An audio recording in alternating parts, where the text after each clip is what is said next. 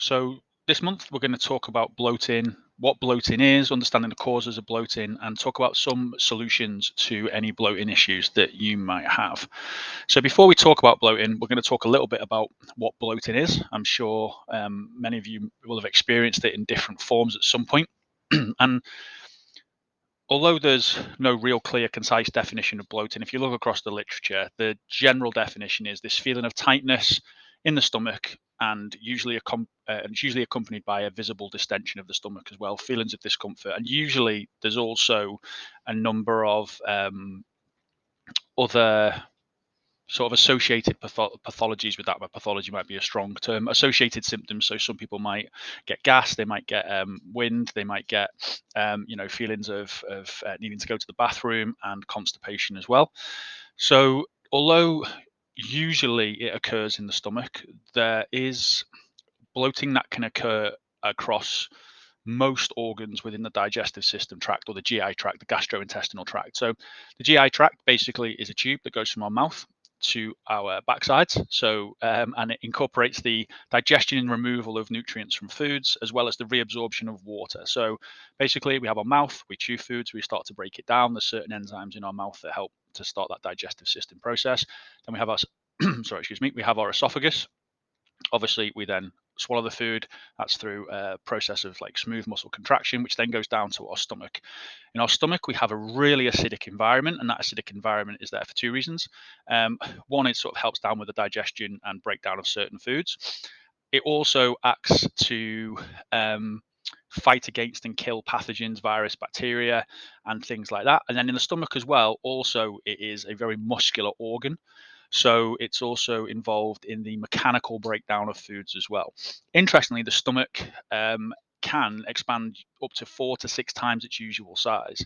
So as we will talk about probably in a little minute, in fact on the next slide, you'll start to see that the stomach itself is associated with bloating, depending on how much this stomach is being stretched. So the amount of food that we consume is a big not issue, but it's a big factor in terms of when we may or may not experience bloating. Now, bloating isn't just one pathology, we might call it. It can occur in different regions of the gastrointestinal tract, different areas of the gastrointestinal tract. It was easy for me to say, for many different reasons.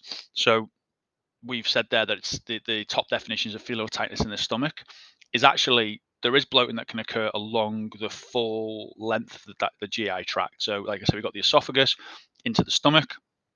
Once the stomach has been mixed with these bile acids, it's converted into a substance called chyme, and that's it's a very it sounds really grim, and it is quite grim. It's sort of a brown, muddy, almost diarrhea type substance. That's what it looks like.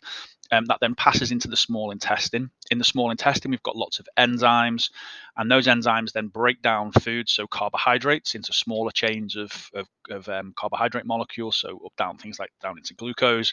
And then those are then extracted from the intestine, from the intestinal cell walls, into our bloodstream, which then circulate around the body to be used for energy or storage. Same goes for proteins and fats as well. So there's enzymes in there that break down those nutrients from the foods that we eat, so they can be absorbed into our bloodstream. Fats and versus carbohydrates and proteins are absorbed in a slightly different way. I'm not going to turn this into a digestion seminar or workshop, but just to know that that's where most of the absorption of those nutrients kind of takes place, particularly proteins, particularly carbohydrates and sugars. The lighter area that you can see on this image here is actually the large intestine, or the colon, and that's what we would often refer to as being the gut. Okay, what is interesting about this is if you look behind that kind of lighter area, you can see that the large intestine is large due to its diameter, not its length. The small intestine is actually much longer, and the reason for that is because it is involved in that nutrient extraction. So the small intestine is a thinner but much longer tube, and then at the end of the small intestine, there's a region that then attaches to our large intestine, and it's in the large intestine where, when we talk about gut health, that's where most of the conversation today is going to be focused on when we talk about gut health. And that little sort of dangly bit that you can see hanging off the end of the large intestine, and that's actually your appendix. So That's the bit that can get inflamed in some people and cause some quite nasty um, pain, and potentially things like when if the appendix ruptures, can cause some serious medical issues. So yeah, that's where the appendix is. The role of the colon is a fewfold. So primarily, it is involved in the reabsorption of water. So like I said before, the chyme that comes out of the intestine into the colon is very watery. So the colon reabsorbs a lot of that water. It also has our gut bacteria, and the gut bacteria then are useful for the production of things like vitamin K and certain other vitamins and not vitamins and minerals, vitamins, not minerals, certain other vitamins that are synthesized from our gut bacteria. So that's another role. And then the final role really is with the extraction of water is to then bind that water, or sorry, not bind that water, bind waste products from food with certain types of fiber that then allow us to create fecal matter and then go to the bathroom. Okay, so that's why if we're ill and we have, say, diarrhea, for example, that's why it is watery and runny. It's because our body's trying to just get that out of our stomach and out of our GI tract as quickly as possible, and that's why there isn't enough time. I guess the body just kind of has this sort of emergency system which it just pushes everything through, and that's why the colon doesn't really have time to reabsorb water as efficiently, and that's why also the thing that we also have to be aware of in terms of the whole GI tract is that it is very intrinsically tied to our immune system. So there's lots of immune system cells, detector cells, if you will, that sit within our gastrointestinal tract that sort of signal to the rest of the body, and it acts, our colon and our intestines, they act as a barrier kind of from the inside to the outside. So maintaining gut health is really important in terms of our overall health, function of the nervous system, not nervous system, well, maybe, function of the immune system, but also it's really important because the other thing that our gut bacteria do is they produce things called short chain fatty acids, and those short chain fatty acids have actually been implicated in quite a few um, uh, and those short chain fatty acids have been associated with things like cognitive performance, better kind of physical and mental performance as well. So there's this idea of what we call the gut brain axis, which is how our gut is linked to our brain through the production of these kind of short chain fatty acids, and also that a lot of the nervous system, the immune system is linked between the gut and the brain. So as a main kind of organ and a defense organ against pathogens, bacteria, viruses, it's really important that the body has that communication and those pathways do speak to each other. Now, what I would say is that bloating can occur in each of those organs, if you will, or each of those segments of the gastrointestinal tract for different reasons. So what I'd like to talk about really is two types of bloating. We're trying to extract this idea of bloating in the stomach, which is kind of that feeling you get of fullness um, after having like a big meal, versus some of the other things that bloating is associated with, which might be medical. So when we're talking about the gastrointestinal tract, we have to be aware that there's bacteria, there are viruses, there are other conditions that we might have. Particularly females are really prone to autoimmune diseases, so where basically the body kind of attacks itself. So there is lots of things like ulcerative colitis and Crohn's disease, which are these inflammatory conditions which can take place usually in the colon, so in the large intestine in the gut, but they can infiltrate into the small intestine as well. So if you're just getting normal bloating, and by normal bloating, it's that idea of the stomach bloating, and you're just getting a bit of gas, bit of wind, things like that, but it's not causing you to, feel sick. It's not causing you to have like severe amounts of acid reflux. It's not causing diarrhea, or it's not causing constipation. You're kind of in a separate category. Now, if you are finding that you are getting those symptoms, and I think particularly for women, there is an element of for want of a better way of putting it, is like period poops. That there can be there's prostaglandins and other kind of hormones that are released in and around different phases of the menstrual cycle, which can cause little bits of constipation, and then obviously uh, help with the release of waste once those hormones kind of fluctuate around a little bit. So that's a slightly different situation as well. So in around menstrual cycle, it's quite normal for the body to hold on to water, and that's just general physiological bloat. So certain menstrual cycle hormones increase water retention. They also increase by increasing that water retention, they can also, increase the chances of things like constipation and, the menstrual cycle cramps that people and things get as well, which is prostaglandins.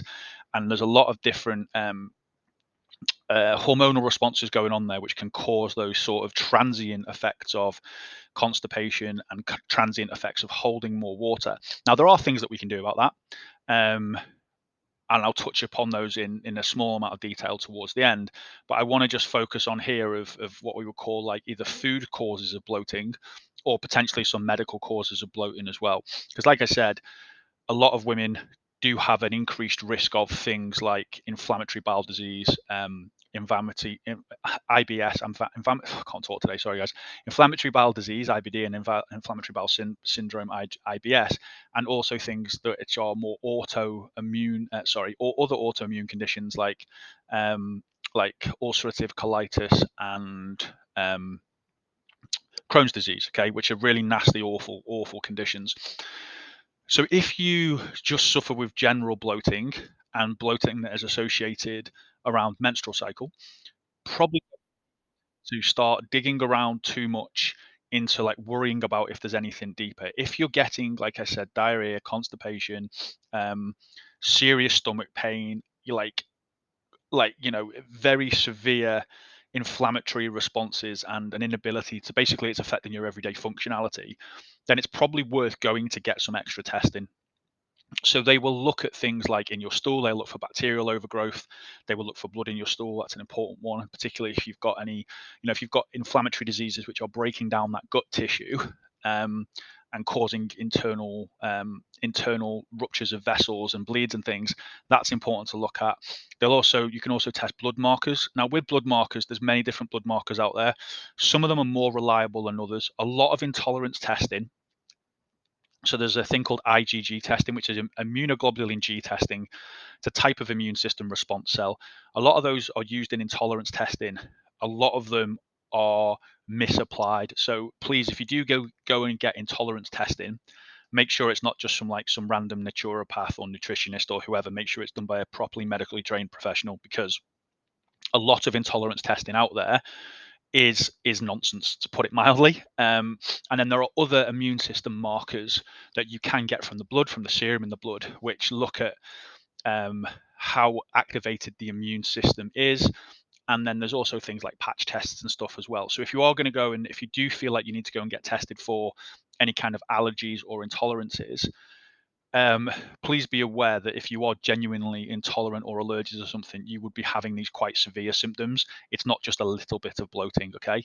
So just please be aware that there's a lot of people out there who will make money off selling these tests for intolerance testing, and all they'll do is tell you that you're intolerant to everything, because a lot of these tests are elevated in response to basically the foods that you've already been consuming, and they're not an accurate predictor of an allergic or intolerance response. Without getting into the mechanisms of why, because again, we'd be here all day. Just treat those with what's the word? Just treat those with an air of skepticism, okay? So make sure if you are getting tested, that you are under proper medical supervision. Not just some person who happens to own a health food shop who wants to do intolerance testing on you and then sell you a load of stuff, or tell you can't eat this and sell you a load of supplements off the back of it, right? You also can do breath testing as well. Again, breath testing isn't necessarily always accurate, but it can be a way of detecting bacterial overgrowth. So for example, in the small intestine, there's a condition called SIBO, which is small intestine bacterial overgrowth. And within that, there's certain gases and compounds that are released, which can then be detected in the breath. But again, how accurate they are can be a bit kind of sketchy.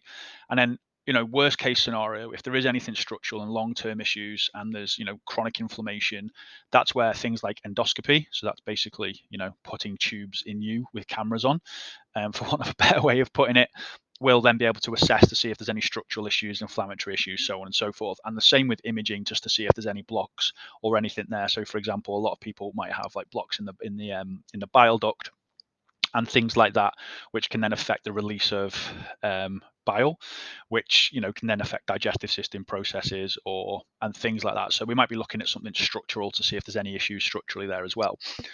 So just to finish on that slide, the thing to worry about really isn't if your stomach's a bit bloated and distended and it's happening around your menstrual cycle.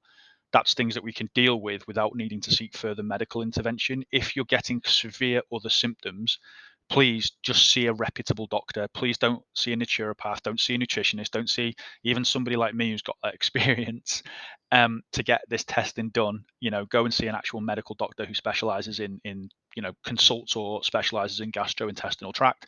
Go and see your GP and then ask for referrals if there's any issues with that. So let's talk about the specific causes of bloating within each of those organs, if you will. So that's a better visual representation of the different components that we're going to look at. So on the left, obviously, we have the stomach. In the middle, that's the small intestine, and as you can see there, it's a bit better represented than the image on the previous slide. And you can see that it's got this kind of like long long windy snake-like tube, and then with the little cutout section you can see in the middle there as well, you'll see that there's different layers of these cells, and some of those cells are immune system cells, and then there's these like villi, which are like these finger-like structures which increase the surface area again, which then are involved in the uptake of nutrients. And also there's also very heavily there's a heavy density of immune system cells, and therefore there to protect against any virus kind of coming in from the foods that we eat. 'Cause obviously, we consume food, bacteria, things like that, pathogens. We breathe those sorts of stuff in. So that's why looking after our gut health is really important. And obviously then on the right, we can see in a bit more detail, a bit clearer, the large intestine.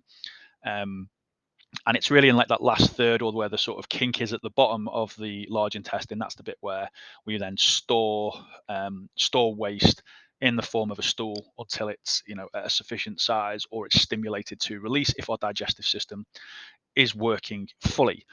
So in the stomach, this is the one where most people, when they think about bloating, is going to be the issue. Now, causes of bloating in the stomach, the biggest one is not carbs, it's not lactose, it's not dairy, it's not gluten, it's overeating. It's really normal for your stomach to distend, to expand as a result of eating foods. So it's normal after any meal of a reasonable size, you are going to feel a bit full and a bit bloated. I think that because a lot of people I think there's a lot of talk about gut health and a lot of talk about bloating, that people get like super paranoid about feeling a bit full and a bit distended after a meal. It's completely normal. If you're the kind of person who, again, guilty as charged, loves to eat pizza, for example, and you go and have a massive pizza, and you don't normally eat that volume of food, like I said before, your stomach can expand to like 4 to 6 times its normal size.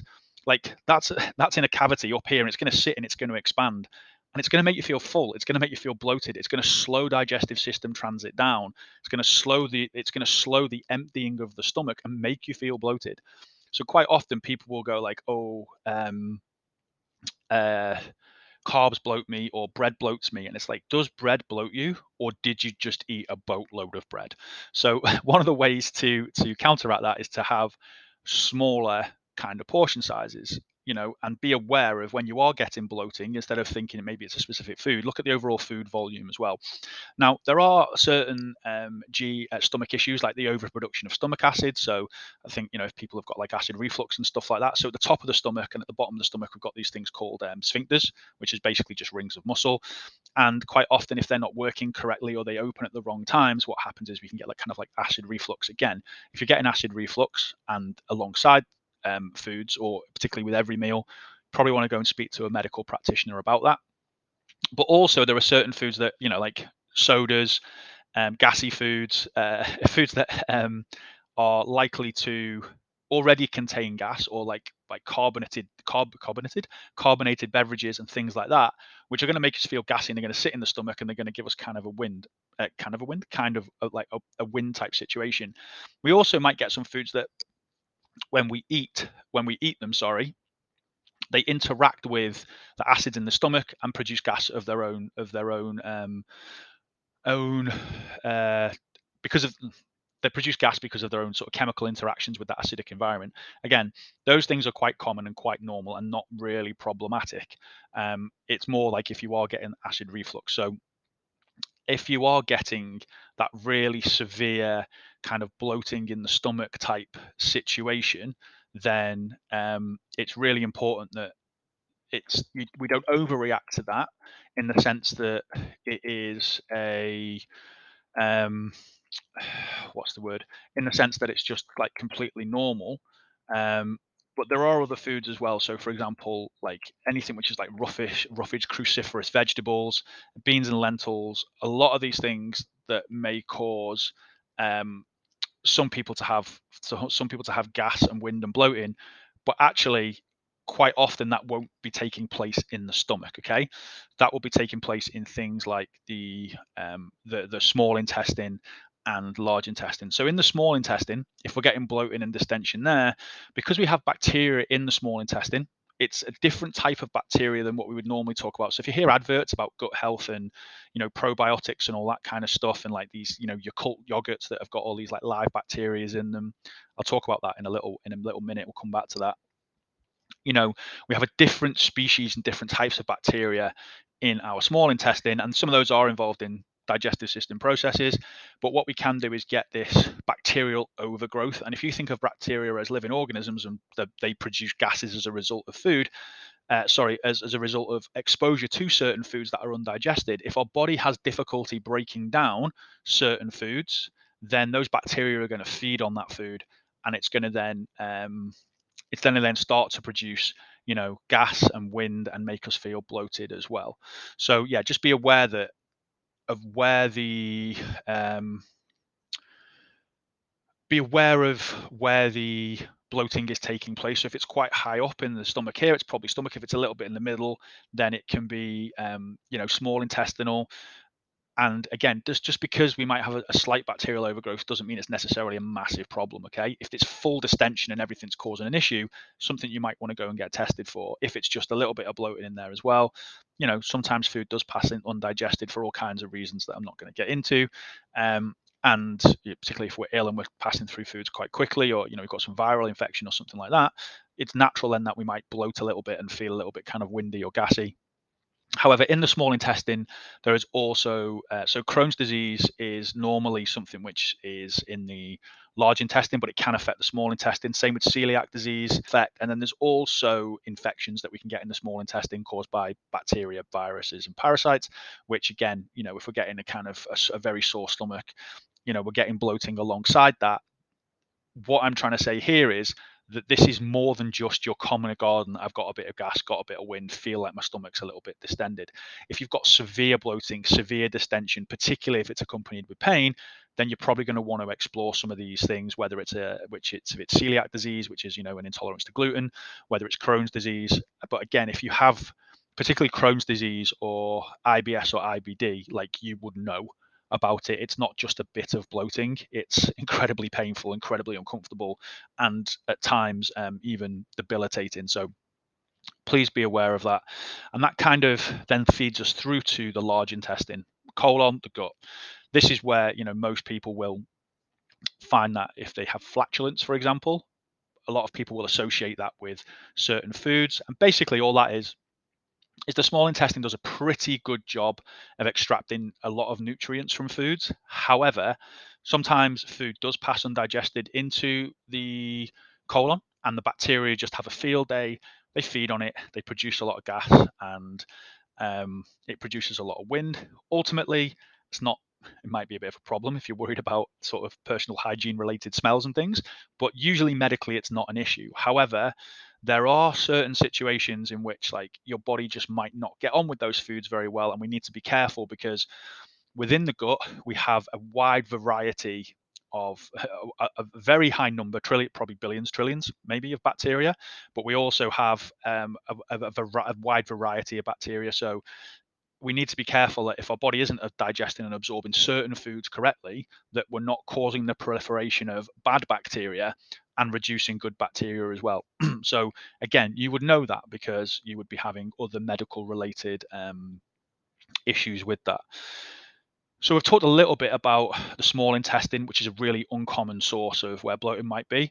We talked about the stomach, which is a really common source of where bloating would be and where most of the issues are.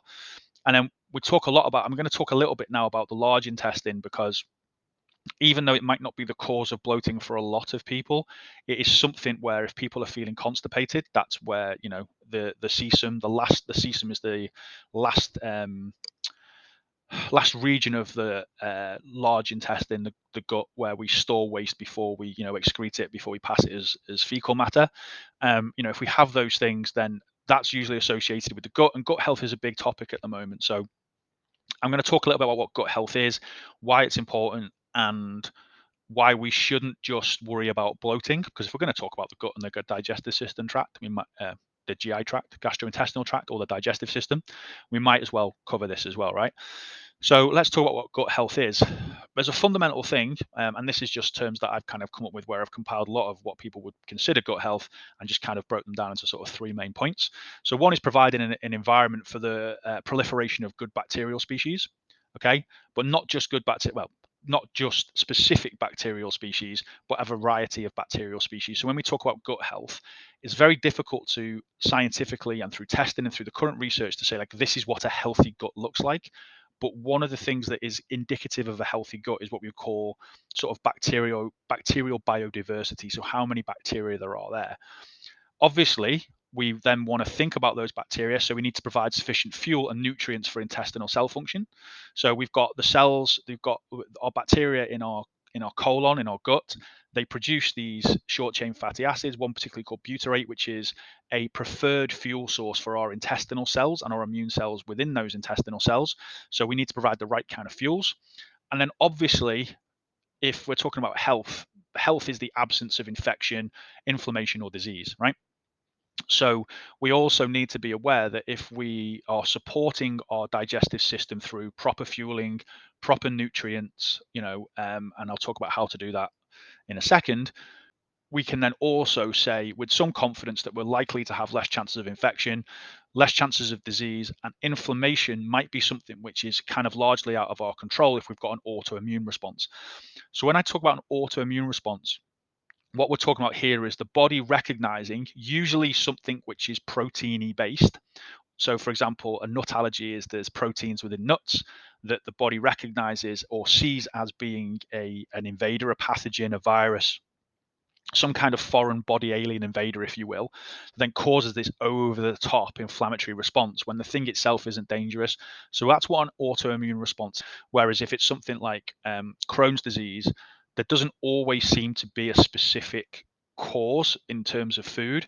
It's also largely linked in with things like stress. So people who have high levels of stress are also probably likely to have increased episodes of these big inflammatory periods or these big pain periods.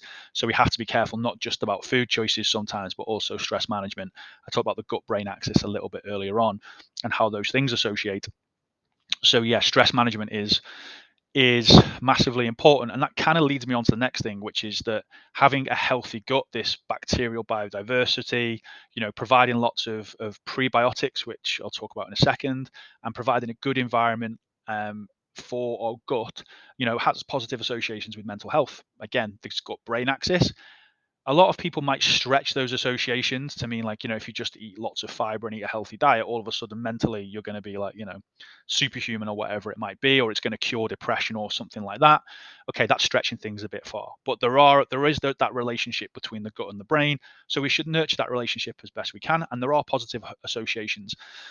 The reason I use the word association here without saying causing it necessarily is because, if people have like a high fiber diet, so fiber is important for gut health, for example, if you have a high fiber diet, the chances are their overall quality of their diet is going to be higher anyway, and therefore they're likely to have better physical health, and better physical health, is likely to then have better mental health. Or people who have a higher nutrient quality diet are probably also likely to be the people who take better care of themselves in other areas, in terms of looking after their own mental health and stuff. So we always have to be careful when we have associations, but those associations are there, and there's enough kind of research there or evidence there to suggest that we shouldn't neglect it. But even if we shouldn't neglect our gut health for those reasons, but even if those reasons were invalid, then things like heart health, so it binds excess cholesterol, fiber, and things like that bind excess cholesterol, which then means it helps control blood cholesterol levels, which then improves heart health, lower risk of cardiovascular disease and complications in the cardiovascular system, as well as reduction risks in things of in certain types of cancer. So, for example, higher fiber diet, reductions in colon cancer, and then the associated reductions in heart cardiovascular disease and diabetes risk as well. And even when people have diabetes, the fact that a higher fiber diet, sort of type 2 diabetes, anything that requires blood sugar regulation, the fiber helps with that sort of blood sugar regulation as well. So even though we might have fiber to be healthier, even in conditions where we may be already unhealthy or we have previous medical conditions, a higher fiber diet, focusing on increased gut health, focusing on nutrient density, is going to really help limit or reduce the risks of further complications um, from from um, from pre-existing medical conditions. I hope that makes sense. Okay, so let's talk with some helpful basics to look after gut health. So for fiber intake, so fiber, we've got two types of fiber. Okay, and this I say that with a sort of slight chuckle because people will argue about how we should categorize fibers. Some people will say it's soluble and insoluble. Some people will say it's digestible and non-digestible. However, for the sake of this and to not make things too uncomplicated, we have two types of fiber. So we have soluble fiber, which is fiber that kind of is sort of partially digested and it is soluble in water, and that is acts as a prebiotic. So by prebiotic, what I mean is it acts as food and fuel for our gut bacteria, for them to be healthy and to proliferate. And also acts to kind of create a more sort of solid kind of stool, I guess, to absorb some of the water and to create like a passable stool. I don't know why I have such a weird time saying stool. I'm trying to find a better word for it, but there isn't one. And then insoluble fiber is really what we would call like roughage, so things like wheat bran. Now, insoluble fiber adds bulk to our stool, and that was classically seen as the only role that it has. However, things like wheat bran, whole bran, things like that, they do appear to also have an effect on stimulating our digestive system to pass waste. Now, with people who have one of the mechanisms by which this is proposed to take place is the bran itself actually irritates, not in a negative way, but irritates our intestinal lining, causes some kind of like mucosal release, and then causes and stimulates the bowel to then contract, because the movement of food along our colon is called by like a muscle action called peristalsis. So it's kind of like squeezed along as these muscles contract and relax down the colon. And wheat bran might stimulate that kind of movement. So it's like it stimulates the mechanical process by which we then go to the bathroom. Okay. Now, this also means that, for example, if someone has a condition like ulcerative colitis, like Crohn's disease, and other inflammatory conditions of the GI tract, then wheat bran can be a bad idea, because if the body's already got a heightened immune response, people might find that by having wheat bran, it then causes them to get this like immune system response, or this irritation of the gut and inflammation within the gut that's already predisposed to doing that. So in certain situations, particularly I guess IBS and irritable bowel disease, there is often a suggestion to remove wheat bran and to watch out for certain types of fiber. So as a general recommendation, most people need around about 15 grams of fiber per 1,000 calories. However, we need to make sure we're getting both soluble and insoluble fiber, but it's important that you monitor your own individual response. Because if we don't do that, for some people, they might already have loads of soluble fiber. For some people, they might have no insoluble fiber. And we need to just look at kind of a rough estimate of, where we're getting those from. So a wide variety of fiber in the diet is useful. A blend of both types of fiber in the diet is useful, but also it's important that if you have a really high fiber diet and you're not going to the bathroom very much, or you feel bloated, maybe you need to go a little bit lower. You might have really low fiber intakes and you're fine, but then you increase them and then you become constipated. You might have low fiber intakes and you never go to the bathroom. You increase your fiber intake and nothing changes, but then it's because you need to have some more insoluble fiber. So yeah, it can get quite complex, but the key with this is to not try and overcomplicate it. Hit the basic fiber intake amounts that is recommended to you. If that works and that makes you feel less bloated, helps you pass waste quicker, then you can then start to say, okay, right, okay, everything's fine. If you're still not going to the bathroom and you're feeling bloated or even more bloated, that would usually be an indicator that, right, what we need to do is try and increase and have some like insoluble fiber in the diet. But for most people, it's natural to go to the bathroom between every 1 to 3 days. So like some people just have a slow digestive system transit, and particularly if you're in a state of caloric restriction, calorie restriction, and of course, yeah, your digestive system's not going to create as much waste, so you're not going to go to the bathroom as frequently. So yeah, sometimes people might freak out about not going to the bathroom very often, but again, there's a difference between not going to the bathroom and being sort of fine versus not going to the bathroom for several days and feeling like really awful and distended and in pain with it. Okay.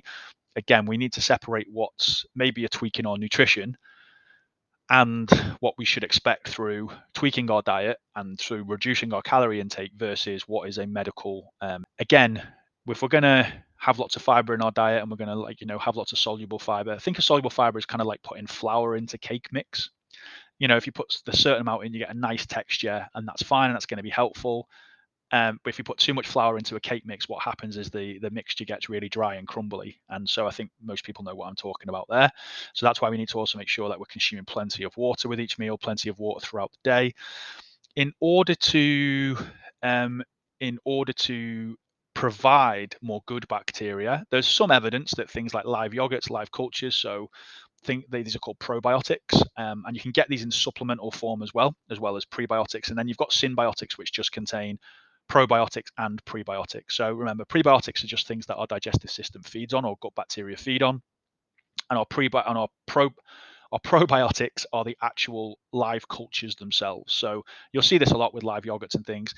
How much effect they have is debatable. However, particularly if people have had say an illness, or they've had like an episode of inflammatory bowel disease and they've had a lot of diarrhea, for example, there's some evidence to suggest that then maybe the reintroduction of some bacteria will help repopulate the bowel. So when we have diarrhea, we tend to just get rid of everything, for want of a better way of putting it. So it might help populate those things. For people who have severe constipation, there are things like natural laxatives, but please don't take laxatives without any kind of medical support.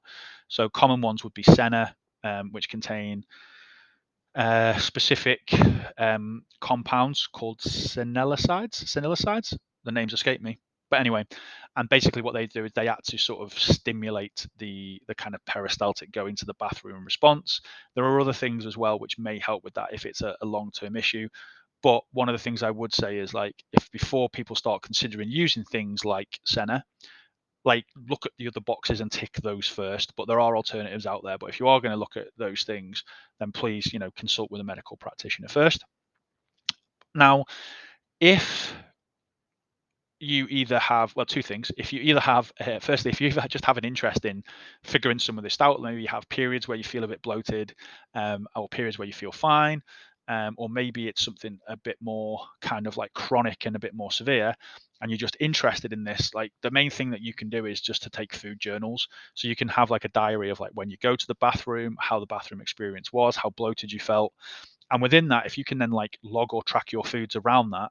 So, like, for example, went to Pizza Hut last night, ate 12 slices of pizza, felt incredibly bloated the next day. Shock, horror. You're going to feel bloated for the reasons I've just explained. However, if there's certain foods that you notice you get triggers and there's something you want to explore further, that's where like any dietitian who deals with gastrointestinal issues will ask you to keep a food journal. So if there's something that you are interested in, then they'll ask you to keep a food journal for many different reasons. So volume of food, types of food. A common thing that people might want to try if they really do struggle with their digestive system health, and what's something that's often recommended, is what's called a low FODMAP diet. So FODMAPs are fermentable, I'm going to read this, fermentable oligosaccharides, disaccharides, monosaccharides, and polyols. And these are basically just short chain carbohydrates that are in some people not fully digested, and then that gets to the bacteria, and then that can cause things like it can cause bloating or irritation, or they get into the gut and it causes that immune system response, which then causes that kind of distension, pain, diarrhea, whatever it might be. And I'm not going to read through that list at the bottom there, but basically there's a little list of what sort of common foods there are that will cause in each of those categories that may cause some issues. So one of the things that I'm really before I go, one of the things I'm really conscious of is not to kind of just plant ideas in people's head and say like, don't have any of those foods. The point is that most people in most situations will be absolutely fine consuming those. It's quite often if you don't have like a medical condition, as in IBD, IBS, Crohn's, ulcerative colitis, the chances are that if you are getting bloating from any one of these food sources, it's not likely the food source in isolation. It's the food source plus other food sources plus the amount of that. So, for example, polyols are something that are often quite found as sweeteners in protein bars. So I don't know if anyone has ever experienced this, but for me, if I have a couple of protein bars, like the lower calorie ones or the lower sugar ones, they use these polyols. Like that will help me go to the bathroom. I use the word help loosely, and I use the word loosely with the intended meaning. So again, we have to be aware that it's not necessarily that those foods themselves are something we should avoid. It can be the amount of those foods that we consume. So that's it for today, guys. Hopefully that's been of use for you understanding a little bit about that digestive system tract. And I would say that genuinely, in my experience working with people, that most of the feelings of bloatings that they have are either things that are naturally occurring due to changes in hormonal environments around the menstrual cycle. And again, what changes in that situation is staying adequately hydrated, trying to eat more fiber, trying to provide our digestive system with the best possible nutrients and nutrition, and kind of just having to almost accept it to a certain extent. There's always going to be a certain amount of bloating and water retention that occurs around the menstrual cycle because that's what the body does, and we shouldn't try and fight those natural responses. We need to learn to accept that. But outside of that, most of the other types of bloating are simply due to just overeating, really. And then what we try to do is then justify that. So I feel, we know on a sort of superficial level that we feel like bloated if, we have a big meal, but quite often people will just do that and then feel terrible about it. So it's kind of like there's like a guilt association with feeling bloated. However, if you go out for a nice, tasty, delicious meal and you feel bloated that night or the next day, then that's just something that we have to accept. There's nothing wrong with your digestive system. It's just that's what happens when you eat a lot of food. So we have two options. If we want to avoid bloating in that situation, we just have to like moderate our food intake a little bit more, or maybe eat a little bit slower, or take a doggy bag home for the next day instead of having to eat it all in one sitting. And like I say, anything which is medical will usually be associated with other symptoms other than just feeling a bit bloated. Okay, so please be careful if you're taking advice on this from anyone on internet land or Dr. Google, because you will look at one symptom of something of bloating and then you can end up going down an absolute rabbit hole of misinformation, and then end up having conversations with people who will try and convince you that you need all of these kind of expensive testing and all of these expensive supplements, when actually in reality bloating is completely normal, and the stuff that they're testing for or proposing to test for usually is only only an issue if you've got really other horrific symptoms. So yeah, it's like what's the old lad, you search on something for Google and then you convince yourself you've got a bit of a cold, and you convince yourself you've ended up got the Ebola virus. So please be aware of that, folks. Right, folks, have a great rest of your day. Hope you've enjoyed watching this, and I'll be back with you guys really soon, where I'm going to talk a little bit about the menopause, hormonal fluctuations, and how that might affect us physically, mentally, and certain things that we might be able to do to help relieve some of those symptoms.